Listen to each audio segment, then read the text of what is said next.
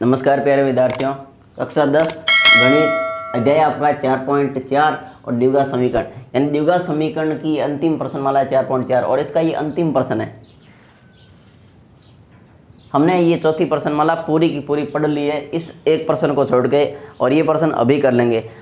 तुम लोग जितना मेरा सहयोग करोगे उतना मैं आप लोगों का सहयोग करने की कोशिश करूंगा।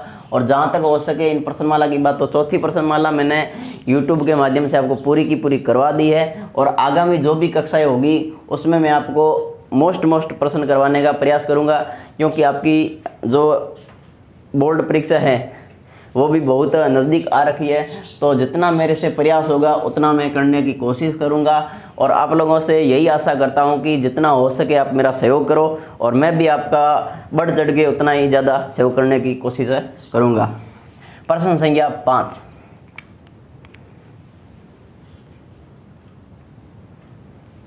क्या परिमाप 800 मीटर तथा क्षेत्रफल 400 वर्ग मीटर, देखो क्षेत्रफल हमेशा वर्ग मीटर में होता है, ध्यान रखना। क्या परिमाप 80 मीटर तथा क्षेत्रफल 400 वर्ग मीटर के एक पार्क को बनाना संभव है। देखो पीछे वाले प्रश्न की तरह कंडीशन पूछी कि बनाना संभव है या नहीं है। यदि है तो उसकी लंबाई और चौड़ाई ज्ञात करनी है। तो देखो जो चीज़ ज्ञात करनी है उसको सबसे पहले क्या करेंगे, मानेंगे। अब देखो क्या परिमाप 80 मीटर तथा क्षेत्रफल 400 वर्ग मीटर के पार्क को बनाना संभव है। यदि उसकी लंबाई और चौड़ाई, देखो सिर्फ भुजा पूछता तो वर्ग लेते, इसमें लंबाई और चौड़ाई दोनों की बात हुई है, इसलिए ये वर्ग भी नहीं है, ये क्या है, ये आपका आयत है। तो मैं सबसे पहले क्या लिखूंगा, पार्क की माना पार्क की लंबाई, माना पार्क की लंबाई बराबर क्या मान लो, x मीटर। और इसी तरह माना पार्क की चौड़ाई बराबर क्या मान लो, अलग अलग माने ना, लंबाई और चौड़ाई हमेशा अलग अलग होती है। लंबाई क्या मान ली x और चौड़ाई क्या मान ली y। अब देखो इसमें कंडीशन दे रखी दो,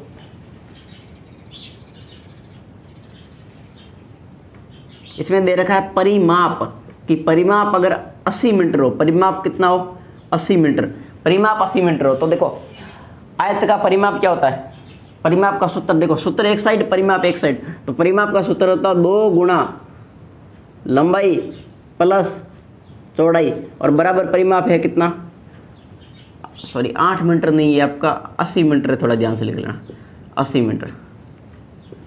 देखो 2 का 2, लंबाई कितनी मानी है x, चौड़ाई कितनी मानी है y, और बराबर कितना 80। अब ये बार बार मीटर लिखना जरूरी नहीं है। 2 को x से गुणा करो 2x, 2 को y से करो प्लस का 2y, और बराबर कितना हो गया 80। अब देखो इसको काटो तो काट दो, 2 का भाग इसमें गया, 2 का भाग इसमें गया, 2 का भाग इसमें गया, ये कितना गया 40।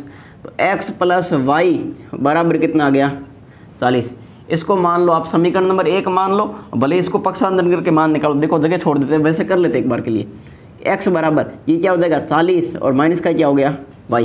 देखो x प्लस y का मान कितना 40, या तो x का मान निकालो या y का निकालो। तो मैंने x का निकाल लिया, तो x को इधर रखा तो y उधर चला गया, माइनस का हो गया। ये आपकी समीकरण नंबर 1 मान लो।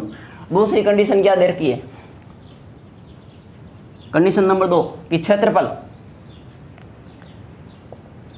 पार्क का क्षेत्रफल, और पार्क का क्षेत्रफल आपको दे कितना रखा है, पार्क का क्षेत्रफल दे रखा है आपको 400 वर्ग मीटर, 400 वर्ग मीटर। इधर देखो तो पार्क का क्षेत्रफल का सूत्र एक साइड और क्षेत्रफल एक साइड, ऐसा ही होता है ना। तो पार्क का क्षेत्रफल ज्ञात करने का सूत्र क्या होता है, लंबाई गुणा चौड़ाई, लंबाई गुणा चौड़ाई। अब देखो लंबाई गुणा चौड़ाई, और क्षेत्रफल है कितना 400, लंबाई कितनी x, चौड़ाई कितनी y, और बराबर कितना 400, हाँ 400। तो ये हो गया एक्स वाई, एक्स को y से गुणा करो क्या आएगा एक्स वाई, बराबर कितना आ गया 400। ये आपकी बन गई समीकरण नंबर 2। अब कैसे करेंगे इसको, अब इसको करेंगे, देखो ये समीकरण 1 है ना, ये x का मान या 2 में रख दो, किसमें 2 में, इसकी जगह। तो इधर देखो मैं क्या लिखूंगा, समीकरण नंबर 1 का मान, समीकरण किसमें, समीकरण नंबर 2 में रखने पर। तो इधर देखो समीकरण 2 कौन सी है, 2 वाली, 2 ये, पहले 2 को लिख लो, नहीं लिखो तो भी चलेगा, सीधा भी लगा सकते हो, बाकी लिख लो। ये समीकरण 2 को हमने लिख लिया।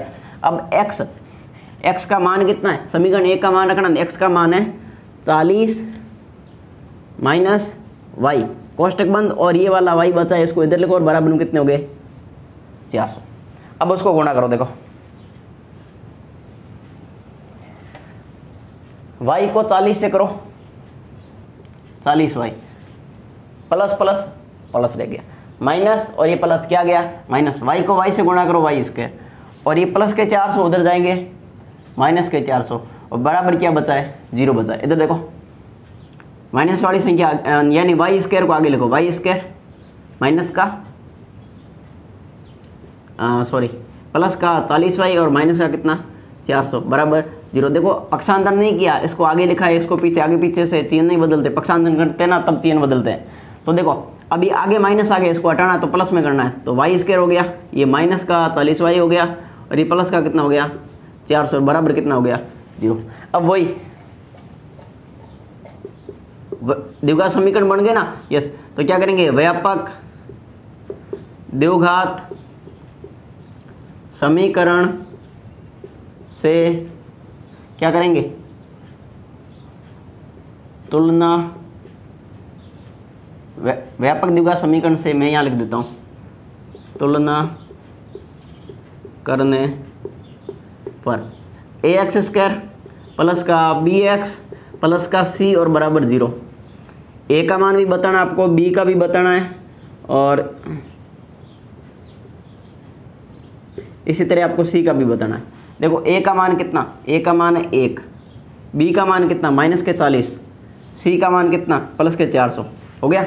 अब क्या करेंगे, सीधी देखो दोनों बात है, आप सीढ़ीधर आचार्य लगाना तो चाहो तो सीढ़ीधर आचार्य लगा लो, स्थिति संभव है या नहीं इसका पता पहले से लग जाए, आगे आपको करना ही नहीं पड़े, इसलिए आप सबसे पहले क्या निकाल लो, डी निकाल लो, आपको पता चल जाएगा कि प्रश्न आगे करना है या नहीं करना है। डी बराबर क्या करोगे, बी स्क्वायर माइनस का 4ac। देखो इसमें भी कंफ्यूज मत होना कि सर आपने पीछे वाले प्रश्न में बताया था डी ज्ञात करो या नहीं करो, कोई ज़रूर नहीं, ऐसे प्रश्नों में बताया था कि उसमें स्पष्ट नहीं बोल रखा था कि इसमें ऐसा होगा या नहीं होगा, मूल काल्पनिक है या नहीं, ऐसे वाला प्रश्नों में ये ज्ञात करना जरूरी था। बाकी वाले प्रश्नों में सीधा भी कर लेते तो आपका उत्तर 1 प्लस का माइनस का जैसा आना था वैसा आ जाता। इधर देखो बी का मान है माइनस के 40, लो इसका वर्ग कर दो, माइनस का 4, ए का मान है आपका 1 और सी का मान है आपका 400।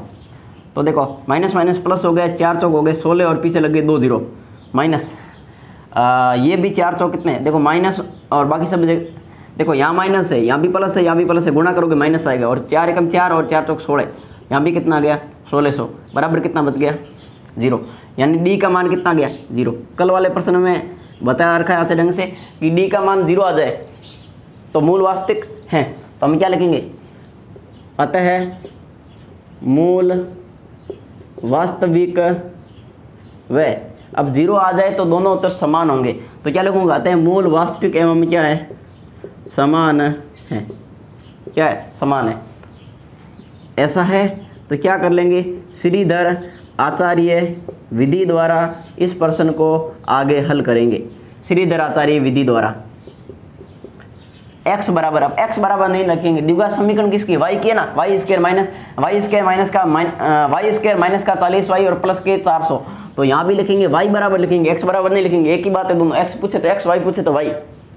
तो मैं यहाँ क्या लिखूंगा, माइनस का b प्लस माइनस अंडर के अंदर b स्क्वायर माइनस का 4ac और बट्टे पूरे के बट्टों में 2 है, माइनस का माइनस, b का मान कितना, b का मान माइनस के 40, माइनस का 40 है तो कोष्टक बना के लिखोगे हमेशा के लिए, बी स्क्वायर माइनस का 4ac दोबारा ज्ञात करने की जरूरत नहीं है, यहाँ पे हल कर रखा है, क्या लिखोगे 0 बट्टे कितने 2, a का मान कितना 1, इधर देखो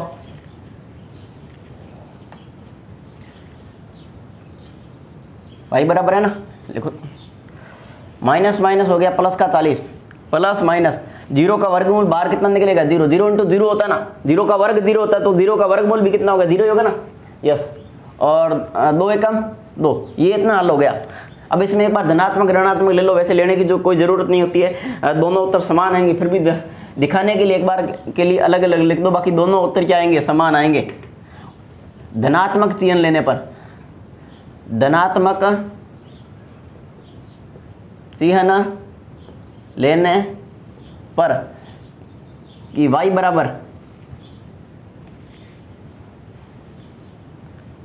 y बराबर 40 प्लस लेंगे क्योंकि धनात्मक लिखा है, और 0/2, तो ये 40 में 0 जोड़ोगे 40 रहेगा, 40/2 यानी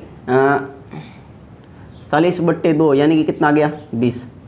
आपके y का मान कितना आ गया, एक 20 आ गया। दूसरा लो ऋणात्मक चिन्ह लेने पर y बराबर 40 प्लस की जगह -0/2, तो 0 घटेगा तो भी कितने रहेंगे, 40 और बट्टे 2, तो y बराबर यहाँ भी कितना आ गया, यहाँ भी आपका आ गया कितना, 20। y का मान कितना आया है, 20 आया है। तो क्या लिखोगे, अतः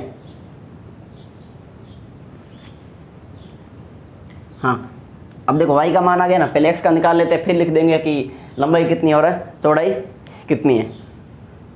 तो इधर देखो समीकरण 1 उठा के ले ले कि x - 40 और माइनस का x बराबर -40 y, यही था। तो x का x बराबर का बराबर 40 का 40 माइनस का माइनस, y का मान कितना, 20। तो x बराबर 40 - 20 करोगे तो भी कितना, 20। तो x का मान कितना आ गया, x का मान आ गया आपके 20। x का मान 20 आ गया ना, तो इसमें देखो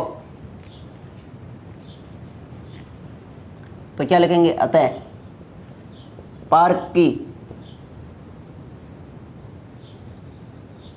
लंबाई कितनी, पार्क की लंबाई कितनी, 20 मीटर, और चौड़ाई भी कितनी, चौड़ाई भी होगी आपकी 20 मीटर।